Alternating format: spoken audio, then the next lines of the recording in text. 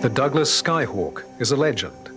It's had a very long lifetime, beginning in 1954. Around the world, that life is continuing, and examples will still be providing small nations with combat-capable air power beyond the turn of the century. Though they now verge on the antique, Skyhawks continue to be maintained and refurbished. They're still agile and venomous.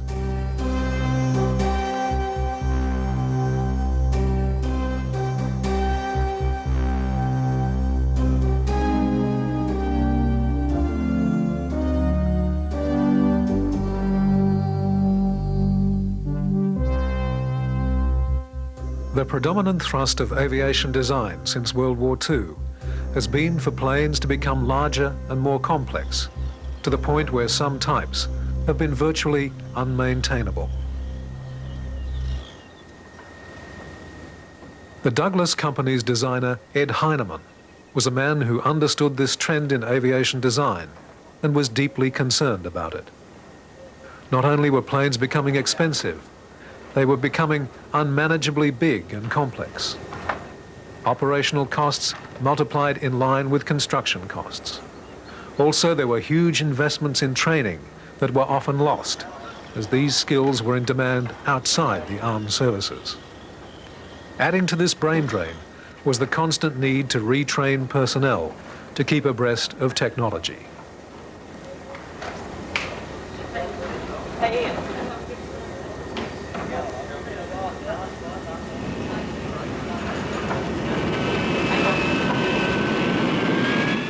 Heinemann was convinced there was no underlying need for this expensive trend. Certainly, some roles, like air superiority fighter, demanded a very high degree of performance and capability. But there's little to be gained from that kind of performance in a battlefield observation aircraft. Heinemann wanted to design a family of lightweight and low-cost workhorses. He was aware of the difficulties the US Navy was having in getting useful jet aircraft to operate from its carriers.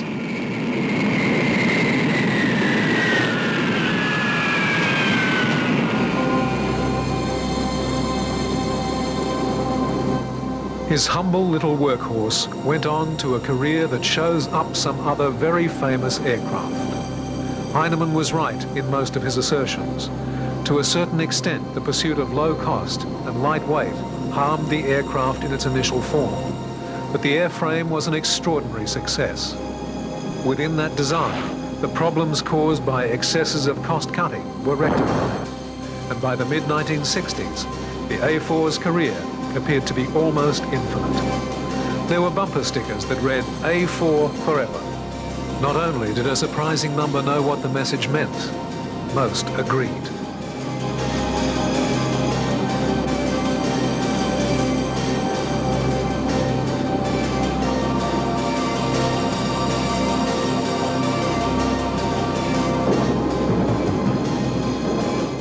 In January 1952, in a meeting at the Pentagon, Ed Heinemann outlined a concept for a lightweight carrier-based interceptor. There was no Navy need for such a plane, but the force of his argument applied equally to the role of jet-powered light attack bomber. By the time the meeting was over, Heinemann had agreed to produce a working concept for such a plane. As the design was developed, a constant exchange between engineers and service representatives settled the parameters the aircraft would have to meet. On the 21st of June 1952, the US Navy formally issued a contract for production of prototype aircraft, designated A-4D, with some very rigid specifications. The agreement described a lightweight, single-engined, single-place, high-performance carrier-based day attack plane. It was to be capable of performing dive bombing, interdiction, and close support missions. It would be capable of carrying either conventional or nuclear stores. The mission of these planes would be to strike sea or land targets with or without fighter protection. Prime objectives included simplicity of design, leading to ease of manufacture and maintenance. The aircraft would have a maximum speed of 500 miles an hour. It would have to be able to carry a 2,000-pound bomb load over a 460-mile radius, And most important, the aircraft would have to cost less than $1 million each. In the end, the requirements were all exceeded, and the first 500 aircraft averaged a cost of only $860,000. By October 1953, the A-4D design had been fully evaluated, and while the prototypes were being built, orders for 19 production models had been placed. Confidence in the soundness of the little plane was growing rapidly.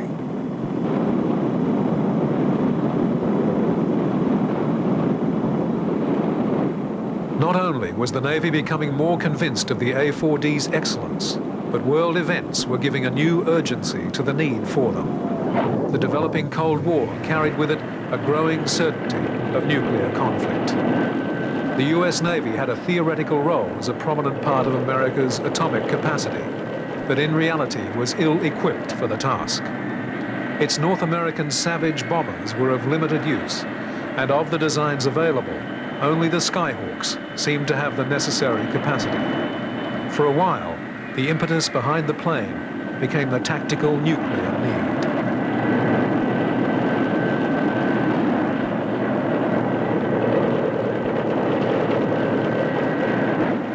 Fortunately, the nuclear consideration did not come to dominate the design. Far from a single-purpose plane, the Skyhawk emerged as a very versatile light attack aircraft. Central to the capacity of the plane were Ed Heinemann's philosophies. The plane was kept as simple as possible, with the nature of a particular mission, not the overriding consideration. For the future, the design could be changed or added to as new missions arose. The plane should be constructed in sections that could be easily disassembled for maintenance. To avoid weight, entire systems were deleted. By squeezing the plane down in size, it was small enough to fit on carrier lifts, which eliminated the weight and complexity of folding wings. By having the undercarriage retract forward, the need for a backup hydraulic system was eliminated. If the system failed, gravity and airflow would lower the wheel and force it into the down position.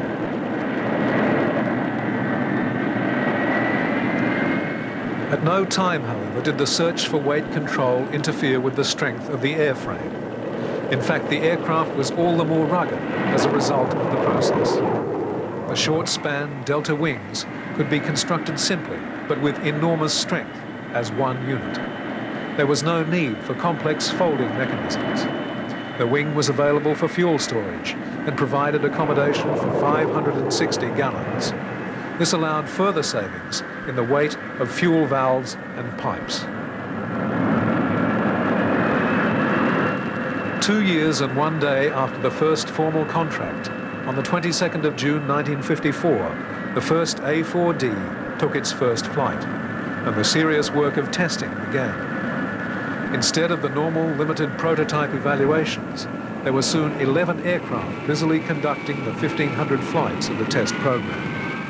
The Navy was anxious to have the new plane as soon as possible for inclusion in its arsenal. A series of orders had now been placed which had defined the expected shape of US carrier attack aircraft. There would be 3 aircraft types to cover the entire range of specialties. First of these was another Douglas plane, the A-3D Sky Warrior. This was such a successful design that the USAF bought a variation as the B-66. It had an internal bomb bay for atomic weapons, bombs or mines. Subsonic, with a range of over 1,000 miles and a 12,000-pound bomb load, it was, at the time, easily the biggest plane that had been designed for carrier use. Its role in Navy attack would be as the long-range, nuclear-capable strategic bomber. Design of the A-3D began in 1947, and it first flew in October of 1952. After satisfactory testing, it went into full-scale production. In 1954, Ed Heinemann received the Collier Trophy for his work on the Sky Warrior in recognition of the excellence of its design.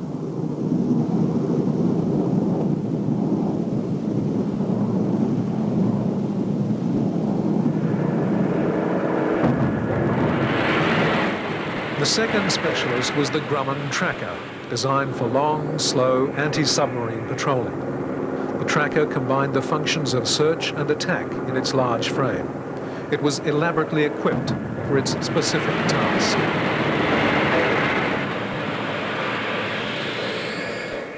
Between these two roles, strategic bomber and anti-sub patrolling, there's a very wide gap. The task of the A-4 was to fill this gap. Another Douglas classic, the redoubtable AD, was doing the job at the time. Despite its phenomenal lifting power, long range, and indestructible ruggedness, the AD was seen as a piston-powered dinosaur that needed replacing.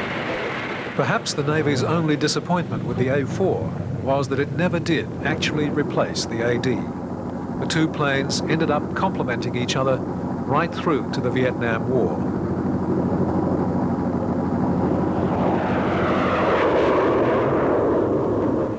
Skyhawk testing dissolved quickly into active service. The early models showed some undesirable side effects of the cost controls. There were problems in the simplified instrument panel and the need for special ground equipment. Everything that could be eliminated from takeoff weight had been, to the point of a non-electrical starting system and the replacement of seat belts with a harness on the pilot. Some of these innovations were effective, but others proved to be highly impractical. However, this was exactly what the busy testing program and early deployment were designed to establish. As deficiencies were identified or clever suggestions made, they were all noted, and the plane began its long process of refinement.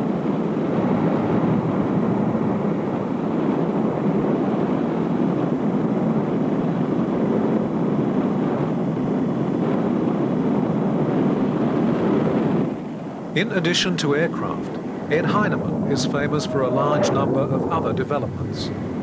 Quite a few of his refinements were either designed for the Skyhawk or were incorporated into it at some stage. Among them were innovations in bomb racks, in-flight refueling, the streamlining of stores shapes, and a continuing refinement of ejection systems. The initial ejection mechanism for the Skyhawk weighed less than half the standard equipment of the day. Later, Heinemann's team would refine ejection to a system which worked safely with the aircraft stationary on the ground. This became standard on later Skyhawks. His contribution to aviation is enormous.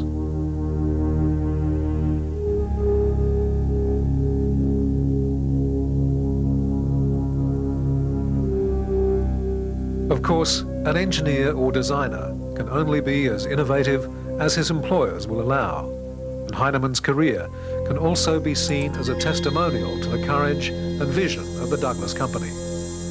The company was richly rewarded for its support. It was one of the most successful aviation companies of all time because of its capacity to gamble on development. Sadly, the gambling eventually destroyed the firm when it became overextended in its fleet of jet airliners.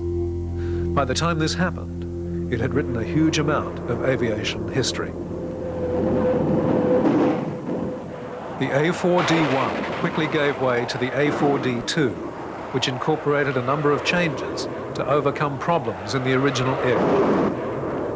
From that point, variant Skyhawks would multiply, with retrofitting of improvements to older airframes, and the continuing process of development leading to new types, and further retrofitting and specialist subtypes, there came to be no standard Skyhawk. This was compounded by the unexpectedly long life of the individual airframes. The A4D2 first flew in 1956, with 28% of the structure altered. In 1958 came the next model. Even before that first flight, another 2 versions had been developed and dropped, and a fresh major variation was being prepared. It would fly for the first time in 1961. On the 18th of September 1962, all American armed services adopted a new method of aircraft designation. After deliberation, the A4D family became the A4 family. Variants would now be specified by suffix letters. The A4D1 became the A4A, and so on. The A4D designation was skipped to avoid adding additional confusion. By then, there were 4 models in operation, with a range of refurbished variants wearing other standards of equipment.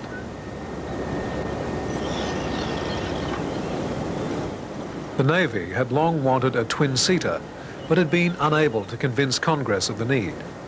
Navy submissions asserted that a twin-seat A4 would be ideal for advanced training, navigational training, in-type training, and some combat requirements, but to no avail. Eventually, the course of history intervened. The Vietnam War broke out, and the need was acknowledged.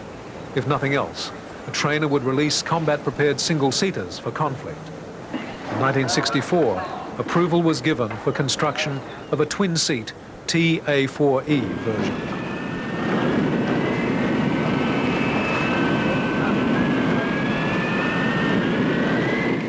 In addition to 28 inches of fuselage added to allow for the second seat, several other improvements were tried out in the prototypes. Soon after, most of these were being busily retrofitted to airframes in the now considerable A4 fleet, or built into planes under construction.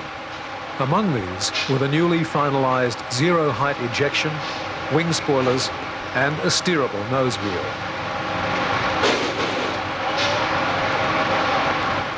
The twin-seaters were developed from the A4E model, which had been refined because of a basic shift in policy away from reliance on the nuclear deterrent.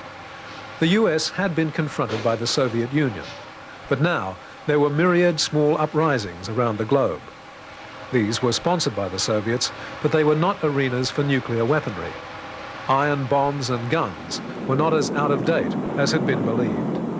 The A4E resulted from efforts to enhance the conventional capability of the already very flexible Skyhawk.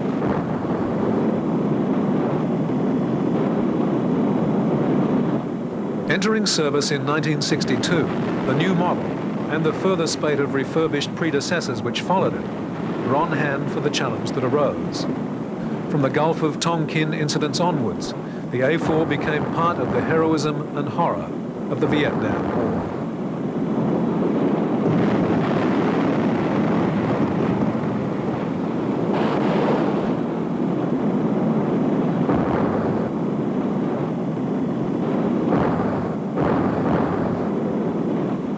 The pilots loved them. For a start, this plane was fun to fly.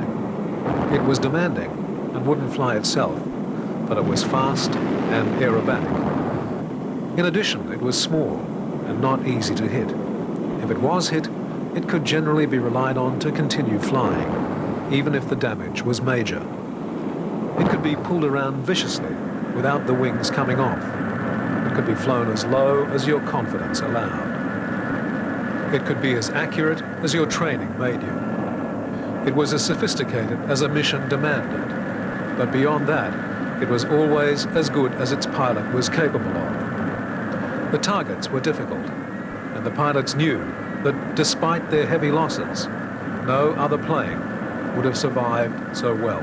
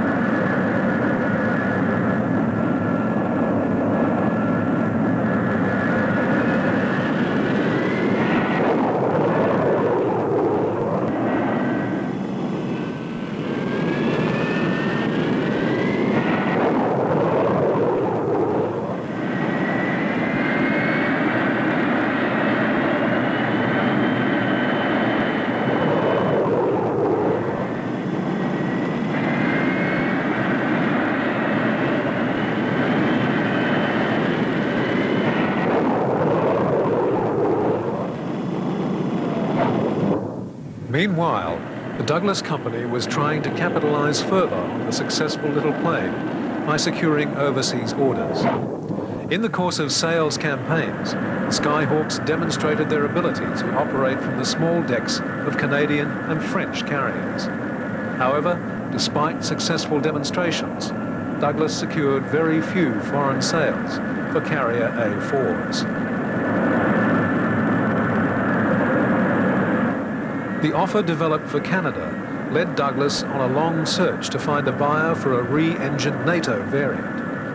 For a variety of reasons, a succession of decisions went against the Douglas sales drive. Few countries operate carriers, and some, like France, have their own fairly aggressive aircraft manufacturers. With this and other factors to contend against, the foreign sales efforts were only occasionally successful.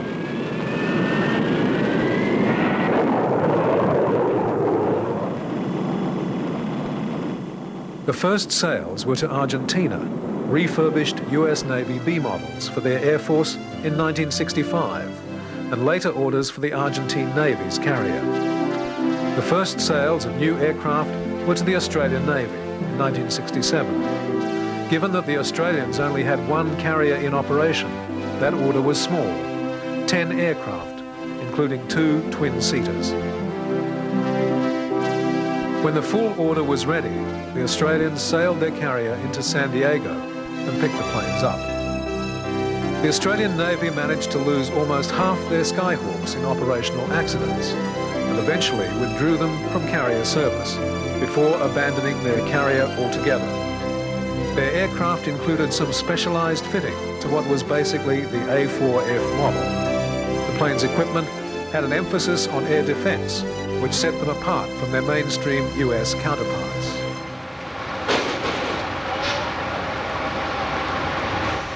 Another customer was New Zealand.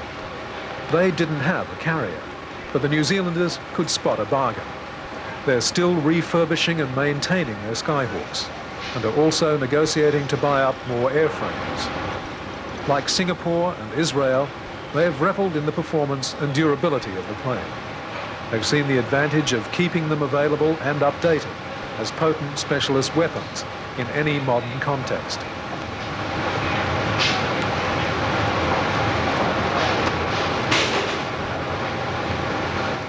Delivery of the New Zealand aircraft began in 1970, and the planes have been in the front line of that nation's strike force ever since. With purchases made to supplement their fleet, it's likely that New Zealand will be one of the countries still employing the A-4 past the year 2000.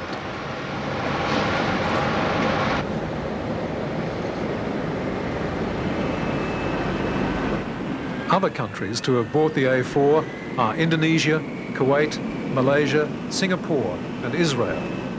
The aircraft of Kuwait, Argentina and Israel have all seen active combat, with mixed results. The Iraqi assault overwhelmed the Kuwaiti forces, and the Argentinians sent their planes on virtual suicide missions against the British in the Falklands. The Israelis, with a larger, better-trained air force and a balanced mix of aircraft types, found the A-4s well and flexibly suited to their needs. Only the USA has operated A-4s in combat from carriers.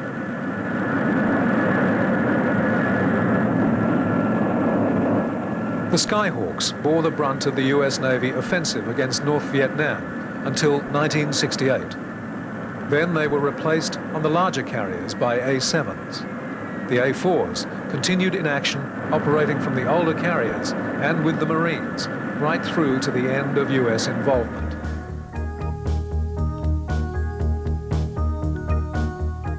Targets for the carrier A-4s attacking the north abounded. In the attempt to freeze the transport system, bridges and other key points were identified, and the Skyhawks' missions followed.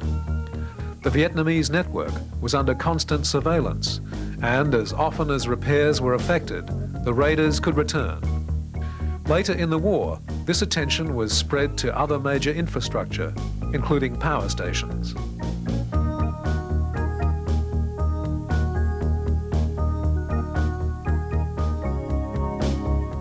The A-4s flew strike missions against targets that were obvious key points and therefore well defended. They also flew ground support attack missions, which tended to expose the aircraft to concentrations of ground fire. Because they were there all through the conflict and flew such a large percentage of combat missions, it's not surprising that more A-4s were lost in Southeast Asia than any other carrier-based type. They accounted for nearly 37% of Navy combat losses and 36% of Marine losses. A total of 266 Skyhawks were lost in combat.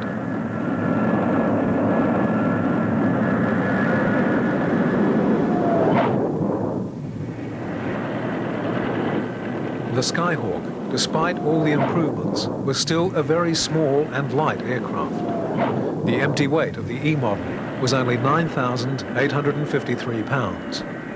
Fully loaded, they could haul 8,200 pounds of external stores, though they often flew with much smaller loads, particularly with the Marines operating from inadequate runways ashore. The key to using the planes effectively was in-flight refueling. Heinemann's dictum was that the plane should take off and then what is necessary for the mission added. The plane itself should remain as basic and flexible as possible. Lessening the amount of fuel carried at takeoff allows a greater arms capacity. Takeoff and climbing to height uses a considerable percentage of fuel storage available. And to keep the store's pylons free of external tanks as much as possible, refueling after climbing to height helps a great deal. But Heinemann was unimpressed when it was suggested that the A-4 be developed as a tanker aircraft to do the refueling. To him, there were two problems in the Navy order. In the first place, to cram drogues and pumps and fuel lines into the Skyhawk would turn it into a specialist plane. Secondly, the size of the A-4 was itself a problem. There would be great difficulty in fitting the equipment in. The answer was to not fit the system into the plane, but rather bolt it to the outside of the standard model.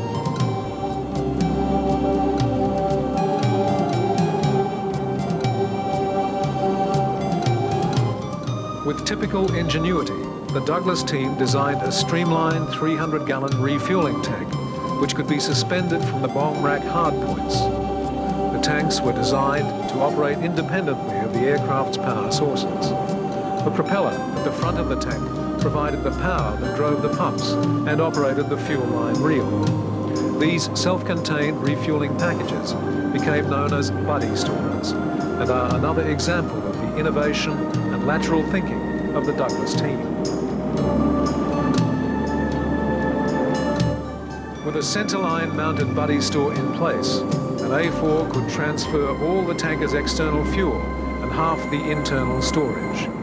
This totaled 1,300 gallons and made the operation well worth the effort. It provided a multiplying factor on the available power and range of carrier-based air strikes. They were used extensively, not only to refuel other Skyhawks. The buddy stores also found their way onto other aircraft types, turning them into tankers just as effectively.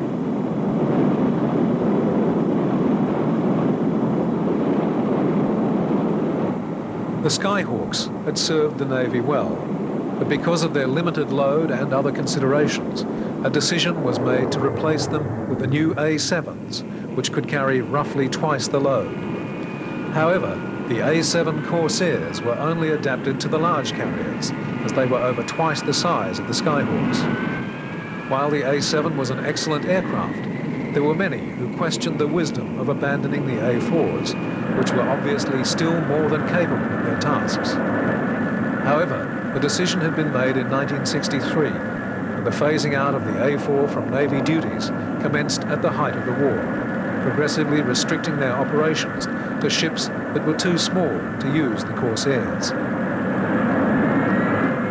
Not only were there voices in the Navy questioning the decision to replace the Skyhawks, there were voices in the Marines which flatly refused to accept the Corsair.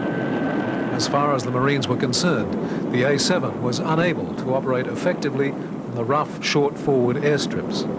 They cost too much and were equipped with mission capability that had nothing to do with the job in hand. Thus, the Corsair was of no interest to the service. An A-4 would drop the last Marine bomb of the Vietnam conflict.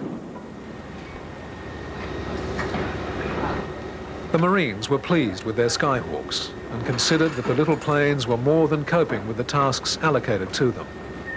They decided to stick with the plane, but now that they had their preferences, they ordered several improvements. A 20% more powerful engine was the first change, along with such improvements as greater ammunition storage, self-contained starting, a larger windscreen and canopy, and a drag chute to reduce landing length. The new model was designated the A-4M.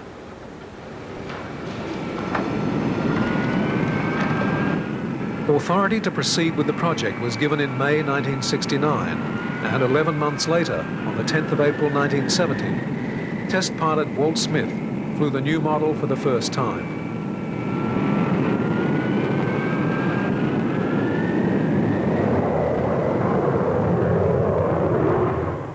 A distinctive change to the look of the plane was the squaring off of the tail to incorporate IFF equipment. The Marines introduced the A-4M to service in 1971 and bought 160 of them. 8 years later, the last of these was delivered. It was the last A-4 made.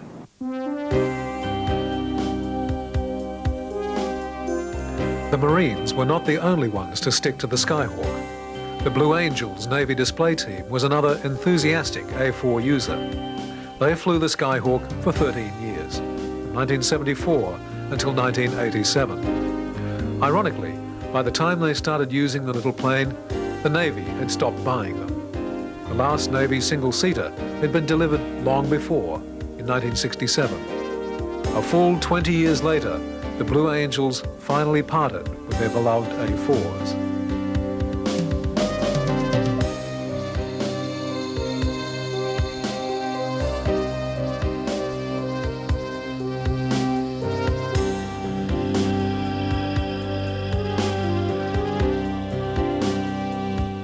The initial decision to transfer the Blue Angels to the Skyhawk was made on economic grounds. They required far less maintenance and burned far less fuel than their predecessor, the F-4 Phantom. The display pilots soon came to appreciate that here was a plane that was also far better suited to their work.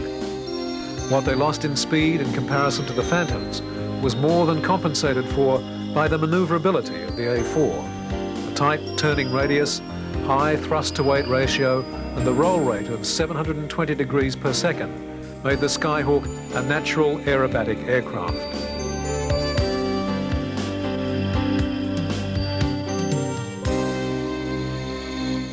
One Skyhawk virtue emphasized during their service with the Blue Angels was the low number of man-hours needed to maintain them. The display team could go on a 2-week tour of air shows with a maintenance crew of only 27 to service the 7 A-4s and the Transport Hercules. With this small backup crew, the team flew about 80 shows a year.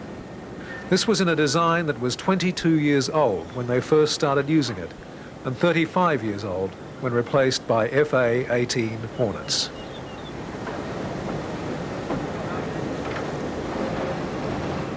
The Blue Angels planes had an uprated engine, and everything not needed for their performance was deleted. The dorsal hump full of avionics that had spread across the Skyhawk fleet was removed, along with the armaments and bomb racks. The planes were returned to a lean and clean condition, and the pilots found them a pleasure to fly. For men trained in a higher technology environment, the A-4 was a real eye-opener. Its small size, powerful responsiveness and maneuverability introduced them to a simpler age, where they found to their delight that the possibilities were more exciting. At air shows around the world, audiences came to appreciate this fact too.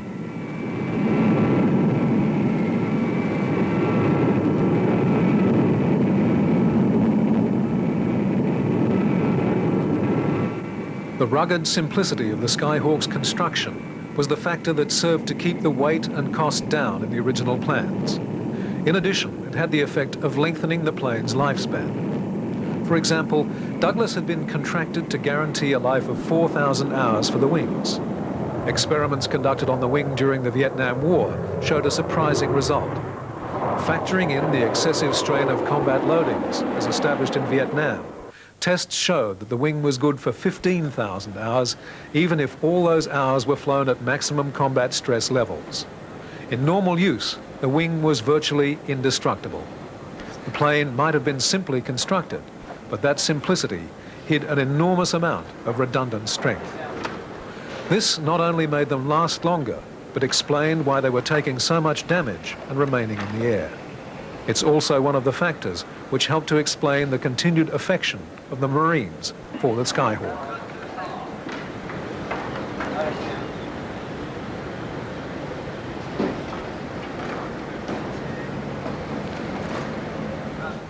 The Marines' A-4M was a surprise package, even for those already convinced by the Skyhawk.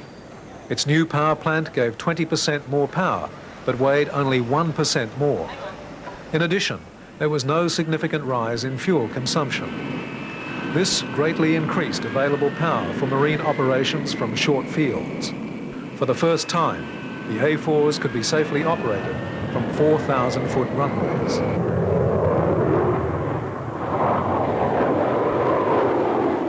The new engine developed 11,200 pounds of thrust and allowed an increase in maneuverability, rate of climb and acceleration, greatly enhancing combat survival chances.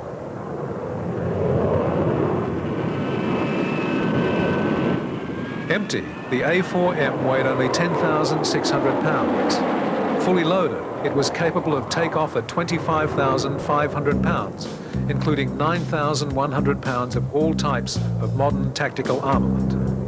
It was still only 40 feet long, and its wingspan a tiny 27 feet. As with other Skyhawks, its dimensions permitted it to operate comfortably on carriers without folding its wings.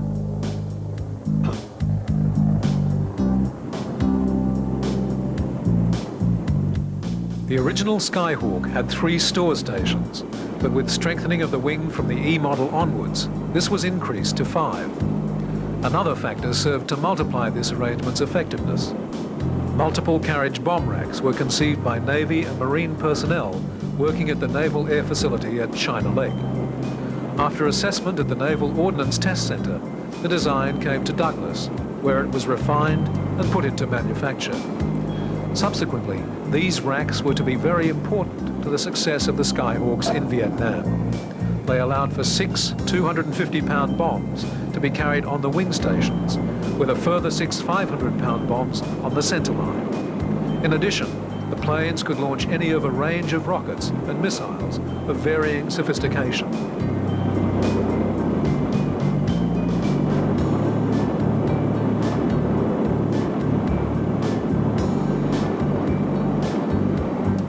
The M model gave the Marines what they'd wanted in ground attack and close support, and made quite an impression. Indeed, so noticeable was the new version that Israel, which had already been flying the A-4 since 1966, decided to buy a quantity for its own use.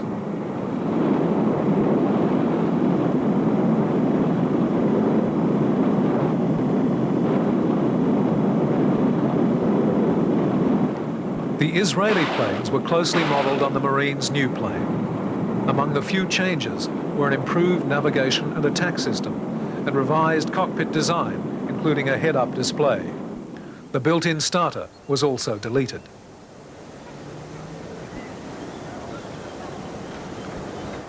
One of the aspects of the M model which had caught Israeli attention was demonstrated in a series of time-to-height trials which were conducted with the plane. These were designed to demonstrate the swift response capability of the aircraft and its usefulness in area defensive work. In the tests, the plane was parked at an angle to the main Palmdale runway, engine off, to simulate an alert condition. With a time clock running, the test pilot, Walter Smith, used the self-starter on the plane to get the engine going and then taxi the plane directly into its takeoff run.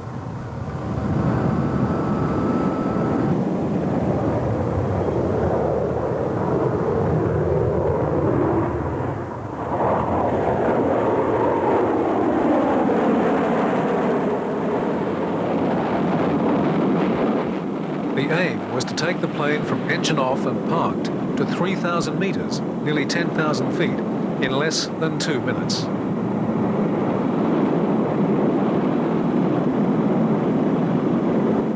The trials, conducted in August 1972, were a complete success.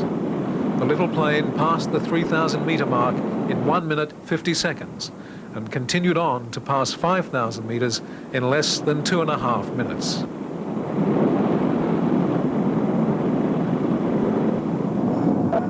Demonstrations like this served to emphasize the fact that the new engine had given the redoubtable bantamweight a new potency. On the face of things, this was a 20-year-old design, which should not have been still a contender.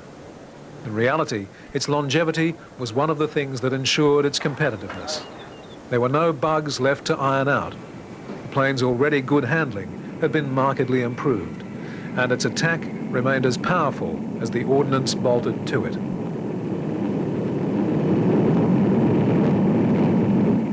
The Israelis had extensive combat experience with the Skyhawk in the 1970 and 73 wars, and were well aware of the plane's virtues and vices. Their reaction to the upgraded power of the N model was to purchase 120 of their own version, the A-4N. This first flew on the 8th of June, 1972.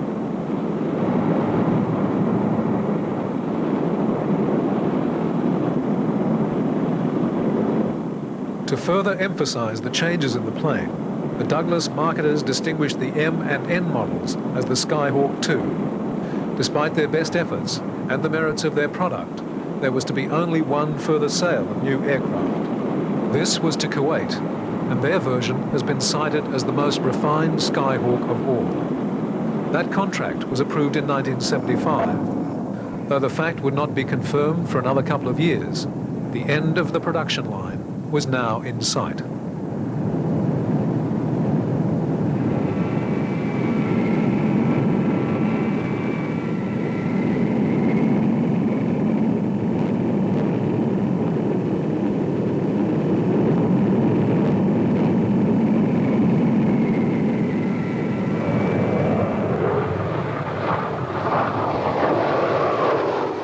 With many American military aircraft, the end of production has been quickly followed by the phasing out of the type.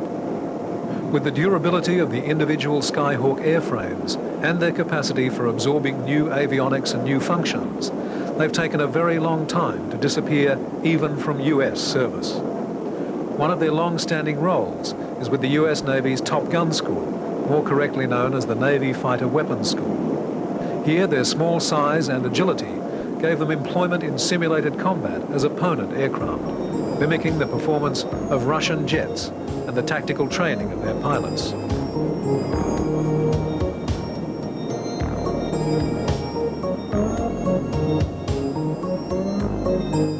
In many ways, they're ideal opponents for the new high-tech aircraft. In many places around the globe, the likely opposition will be older Soviet designs, as was the situation in Vietnam. Hopefully, unlike the situation at the outbreak of that combat, US airmen will already know how to take advantage of their enemy's weaknesses and deal with their strengths. The learning curve in Vietnam proved to be a costly exercise. Top Gun training has hopefully made such expensively sobering moments a thing of the past.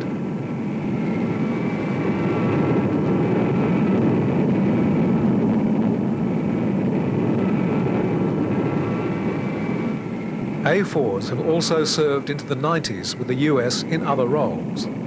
The trainer version is still going strong, although its replacement has been developed. The Marines have remodeled some for forward air control work. More surprisingly, there are programs in train to once again rebuild Skyhawks to front-line status.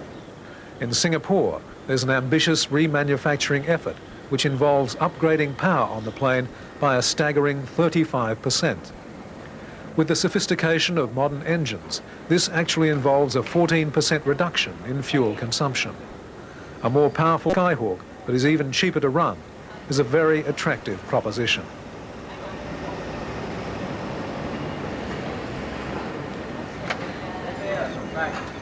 The 2000th A-4 was delivered on the 10th of July 1967. The last was handed over on the 27th of February 1979. In the end, 2,960 were built in a continuous production run that went for 26 years.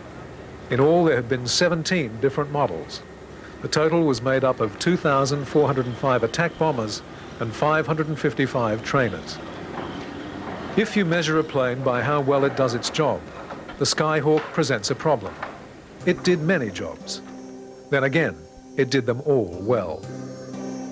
The Skyhawk series will be part of the world aviation scene for the coming decades. In the year 2002, it will be a 50-year-old design, but still going strong. It is assured of a highly regarded place in aviation history.